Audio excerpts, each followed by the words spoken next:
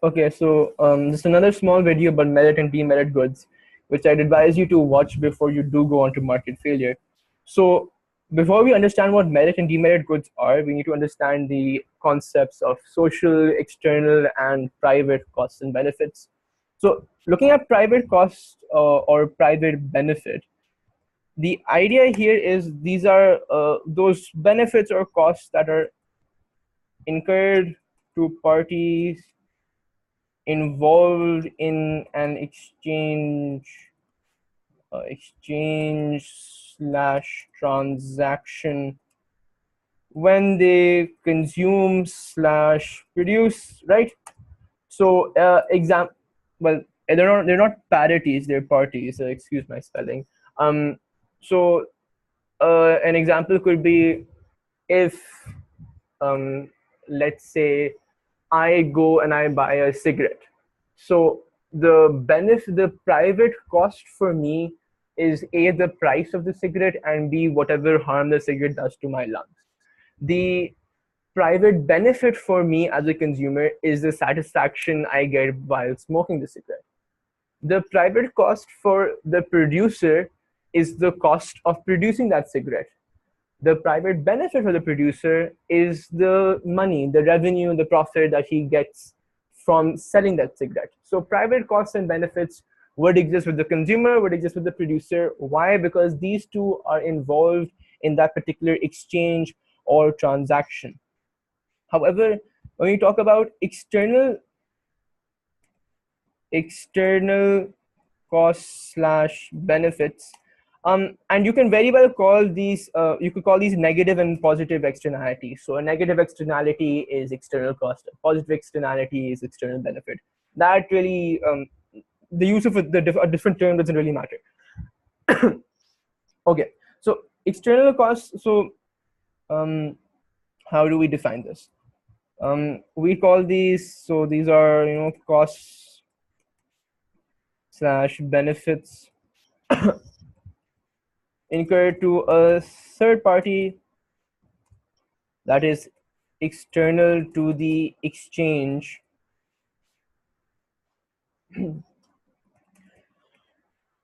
um, say incurred to a third party external to the exchange, you do not pass through the market. So unlike in the case of private costs and benefits, the price was a cost and a benefit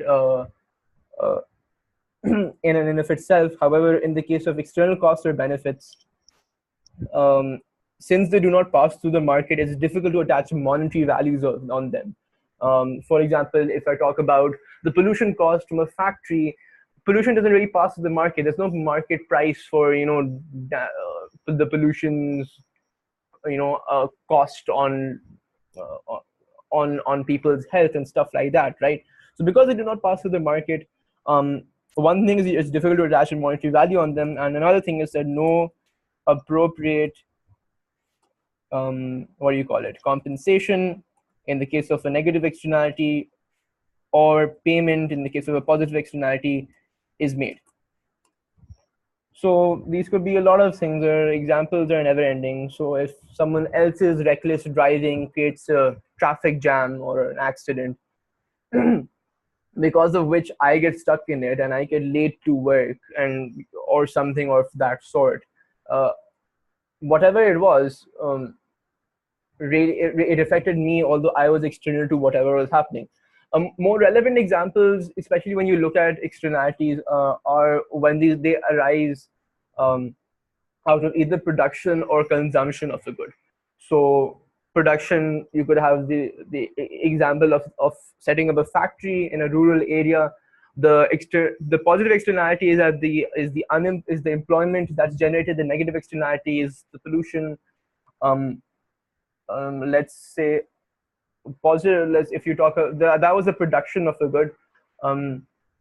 If you look towards the consumption of a good, we could look towards the consumption of cigarettes.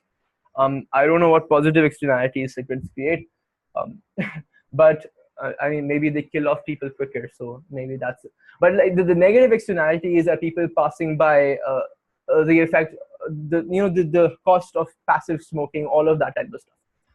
So externalities can definitely rise out of either the production or the consumption of a good or a service, right? If when we link this to social costs and benefits, so your social cost SC is your external cost, or you can call it your external cost, a negative externality, plus your private cost, and that goes to the same. That's the same for your social benefit. The social benefit, external benefit, plus private benefit. So when there are zero externalities, social cost should be equals to private costs, right? However, when social costs are greater than private costs, we can say that negative negative externalities exist. And where negative externalities exist, we can call these goods demerit goods, the production or consumption of which results in a substantial amount of negative externalities. The definition is literally as simple as that. Obviously, it leaves a little room for debate as to what classifies or does not classify as a demerit good, but we don't need to worry about that.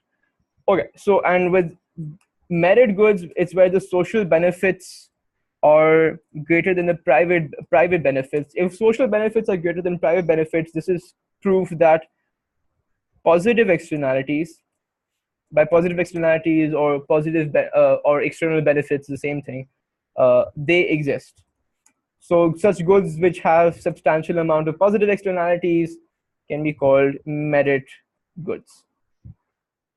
And that's basically all you need to know in AS level for merit and demerit goods, because the entire chapter about social costs and benefits and all of that, where you had diagrams, all of that has been shifted, I think 2016 onwards, to the A2 syllabus.